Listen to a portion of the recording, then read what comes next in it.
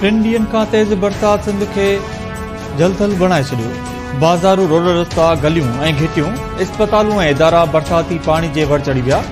सिंध जे टे वॾे शहर सखर जी बाज़ार, घंटाघर, मेन रोड ऐं ॿिया इलाइक़ा पाणी जे तलाउ जो ॾेख ॾियण लॻा। लाड़काणे में SSP चौक, मसी मार्केट, एम्पायर रोड, सिविल इस्पताल सिटी ब्लॉक, ज़िले काउंसिल जी ऑफिस ऐं सिविल लाइन थाणो पाणी में ॿुॾल। अलमुर्तज़ा हाउस, रोड रस्तनि, कच्छ नाबदिन ऐं कॉलोनियुनि मां ज़िले इंतज़ामिया पाणी निकाल करण में नाकाम। खेरापुर ऐं नौशरो फिरोज में वॾी तबाही। इस्पतालुनि ऐं घरनि में पाणी दाख़िल, रोड रस्तनि ते फुटनि जी सूरत में पाणी बीहजी वियो। इंतज़ामिया गाइड। नवाबशाह, जेकाबाद, कंबर, दादू, मदे जी मेड़, सेवण, गंबट, मुबारकपुर, भिरिया सिटी, ड्रिम में अर्चा, बाढे में बेबसकारो।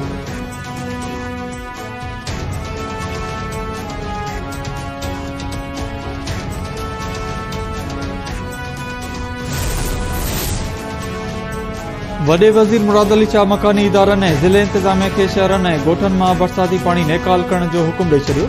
हर 3 कलाकनि अंदरि सूरतहाल बाबति अॻु भराई रिपोर्ट ॾियण जी हिदायत। आपाची खाते खे MNB ड्रेन ऐं कींजर ढंढ जी सूरतहाल ते नज़र रखण जूं बि हिदायतूं।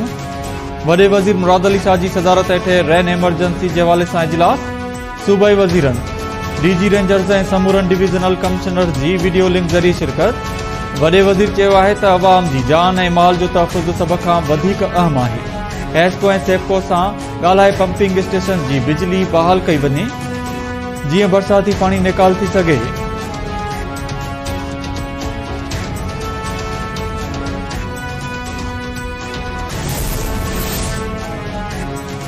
सखर में 24 कलाकनि दौरान 263 मिलीमीटर बरसात जा 4 स्पेल थिया। शहर में 21 माण्हू ज़ख़्मी ऐं 48 घरनि खे नुक़सान पहुतो।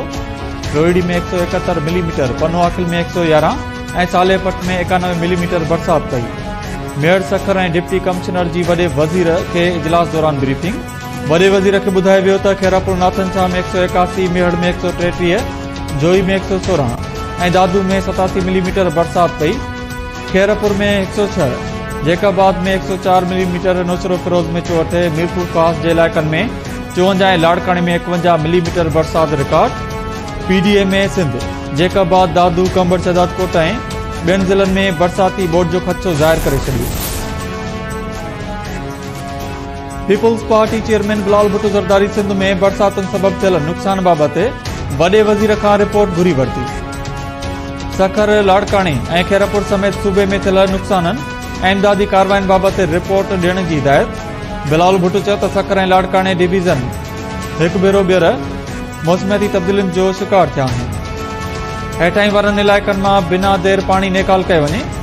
बहाली वारो खातो ऐं PDA में बरसात मुतासिरनि बाबति पंहिंजूं ज़िम्मेवारियूं निभाइनि। बिलावल भुट्टो खेरपुर में डैम जे बचाव बंद खे लॻल घारे जी जांच कराइण जो बि हुकुम ॾींदे चयो आहे त यकीनी बणाए वञे त डैम जे बंद खे लॻल घारे सां घटि नुक़सान थिए।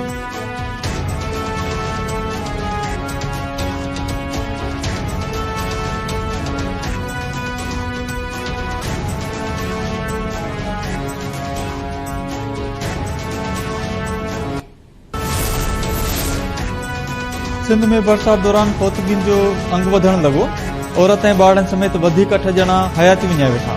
फौतियुनि जो अंग 14 थी वियो, 21 ॼणा ज़ख़्मी थी पिया।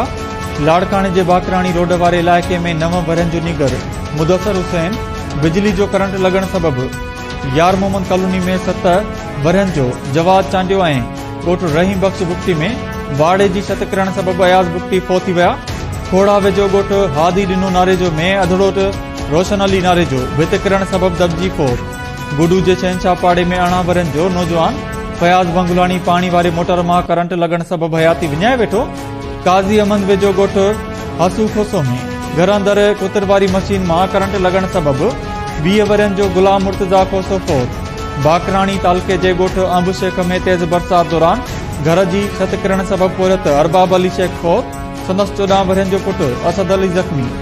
दोदापुर में घर जी छत किरण सबबि नौजवान मखणो मंगी ऐं सदस्य मड़ दबजी फौत थी विया। वज़ीर आज़म शहबाज शरीफ़ चयो आहे त बिजली डिस्ट्रीब्यूशन कंपनियुनि में करप्ट अंसरनि सां सख़्ती सां मुंहुं ॾिनो वेंदो। बिजली चोरी जी रोकथाम, लाइन लॉसिस में घटिताई ऐं बिजली जे बहितर फ़राहमी पहिरीं तरजीह आहे।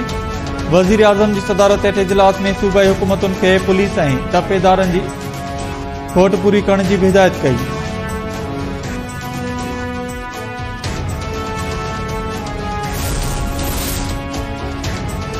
अॻूणे निगरान वफ़ाक़ी वज़ीर गौर एजाज़ चयो आहे त जुलाई में बिजली जे पैदावारी लाॻत सिर्फ़ ₹9.30 फी यूनिट हुई। बिल में फी यूनिट क़ीमत 40 खां 80 रुपयनि ताईं कीअं थी पहुचे। जुलाई में 20,000 मेगावाट बिजली पैदा थी। पाकिस्तान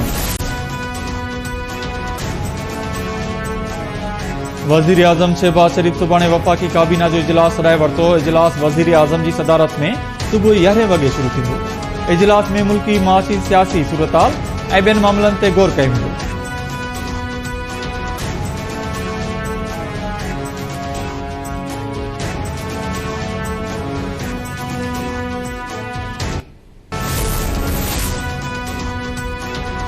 अॻूणे वज़ीर आज़म मियां नवाज़ शरीफ़ ऐं पंजाब जी वज़ीर आला मरियम नवाज़ सां बरतानवी हाई कमिश्नर जी मुलाक़ात। तालीम, सिहत ऐं मौसमियाती तब्दीलियुनि समेत ॿियनि मामलनि ते ॻाल्हि ॿोल। मरियम नवाज़ चयो आहे त पंजाब डिजिटलाइज़ेशन जे दौर में दाख़िल थी चुको आहे। जल्द ई पंजाब लीड कंदो। IIT यूनिवर्सिटीज़ जी क़याम लाइ बरतानवी इदारनि जी आजा कई वेंदी।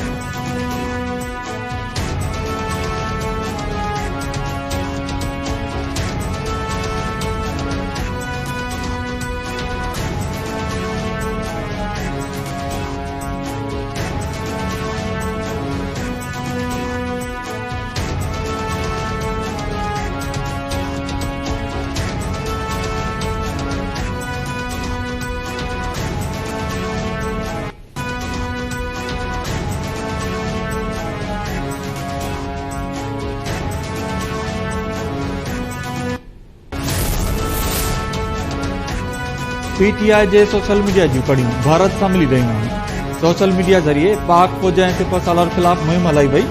वफ़ाक़ी वज़ीर अता तरड़ चयो आहे त फॉरेन फंडेड पार्टी पहिरियां साइफर ज़रिए परॾेही पॉलिसी खे नुक़सान पहुचायो। PTI तर्जुमान रऊफ़ हसन भारती सहाफ़ी सां पॉलिसी शेयर कई। हाणे त सम्झी वञणु घुर्जे त 9 मई वारा हमला छो कया विया।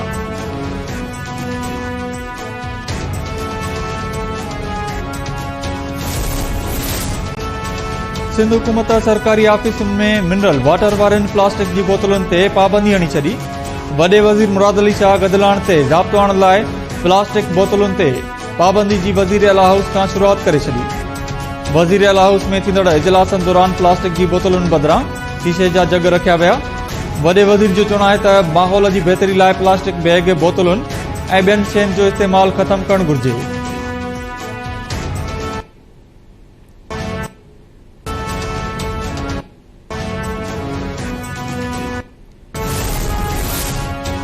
JUI सरबराह मौलाना फज़ल रहमान अमेरिका खे दुनिया जो वॾो दहशतगर्द मुल्क करार ॾेई छॾियो।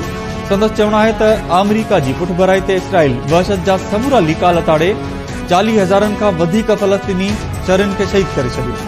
असां पंहिंजे वसीलनि ते कंहिंखे कब्ज़ो करणु न ॾींदासीं। आलमी क़ुवतूं हाणे माशी जंग बि पाकिस्तान में वेहणु चाहिनि थियूं।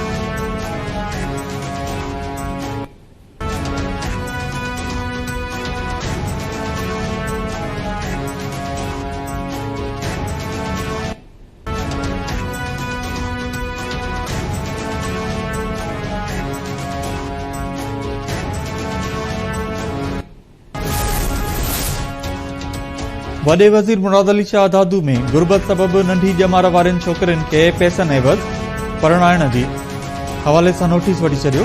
कमिश्नर हैदराबाद खां खान मोहम्मद मुला ॻोठ में 45 छोकिरियुनि जी नंढी ॼमार में शादी वारे मामले ते रिपोर्ट तलब। वॾे वज़ीर चयो आहे त कमेटी ठाहे ॻोठ मोकिली वञे जेका तफ़सीली इंक्वायरी करे रिपोर्ट ॾे। उहो बि ॿुधायो वञे त परणायल छोकिरियूं ॿोॾ मुतासिर वारनि इलाइक़नि मां हुयूं। जेकॾहिं छोकिरियूं ॿोॾ मुतासिर इलाइक़नि जूं हुयूं त उन्हनि जी कहिड़ी मदद कई वई। परणायल छोकिरियूं हिन वक़्तु किथे आहिनि, उन हवाले सां बि आगाह करण जी हिदायत।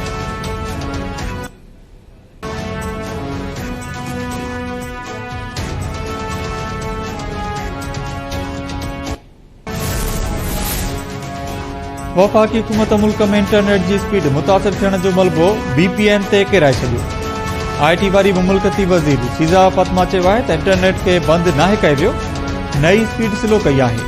कुझु ऐप ते डाउनलोड न थियण सबबि माण्हू VPN ऑपरेट कयो, जंहिं सबब इंटरनेट जी स्पीड मुतासिर थी आहे। हालपिया बयान में चवां थी त हुकूमत सरकारी तौर इंटरनेट खे बंदि नाहे कयो। मुल्क में इंटरनेट जूं वधीक 4 केबल्स लॻायूं वेंदियूं।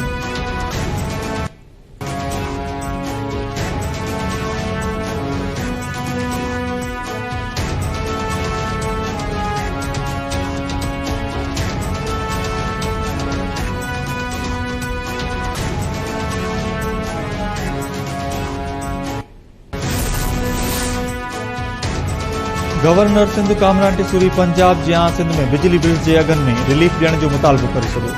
सूबाई हुकूमत खे ख़त लिखण जो फ़ैसिलो।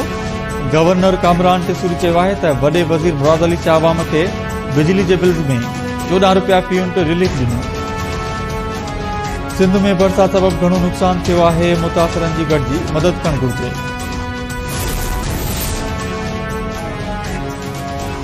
काशे जी जाबलू पट्टी में बरसात खां पोइ नई गाज जो वहकिरो 12 फुट थी वियो। मुख़्तलिफ़ नयूं वही अचण सबब डिगबाला वाई पांदी ऐं टंडो रहीम समेत शयूसी जे मुख़्तलिफ़ ॻोठनि जो ज़मीनी राब्तो कटिजी वियो। तेज़ बरसात जारी हुअण सबब नई गाज जे वहकिरे में वाध जो इम्कान, ॻोठाणा घरनि ताईं महदूद।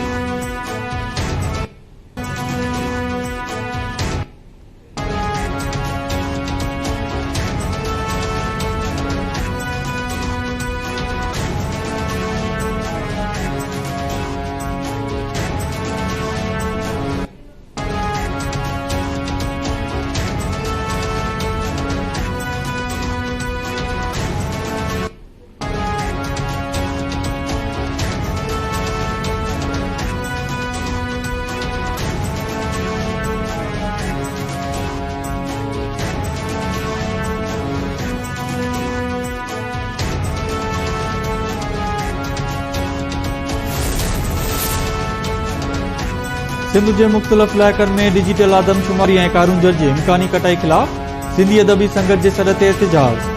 टंडोलायर, कोटड़ी, पनियाकल, राधण, टंडे आदम बाड ऐं ॿियनि शहरनि में एहतिजाजी मुज़ाहिरा, नारेबाज़ी। नगर पार्कर में बि कारूंजर जी कटाई ख़िलाफ़ रैली कढी वई। अॻवाननि चयो आहे त डिजिटल आदमशुमारी जे नाले ते सिंध जी आबादी घटाइण जी इजाज़त न ॾिनी वेंदी। कारूंजर सिंध जी सूंह आहे, कटाई कंहिं बि सूरत में क़बूल न कंदासीं।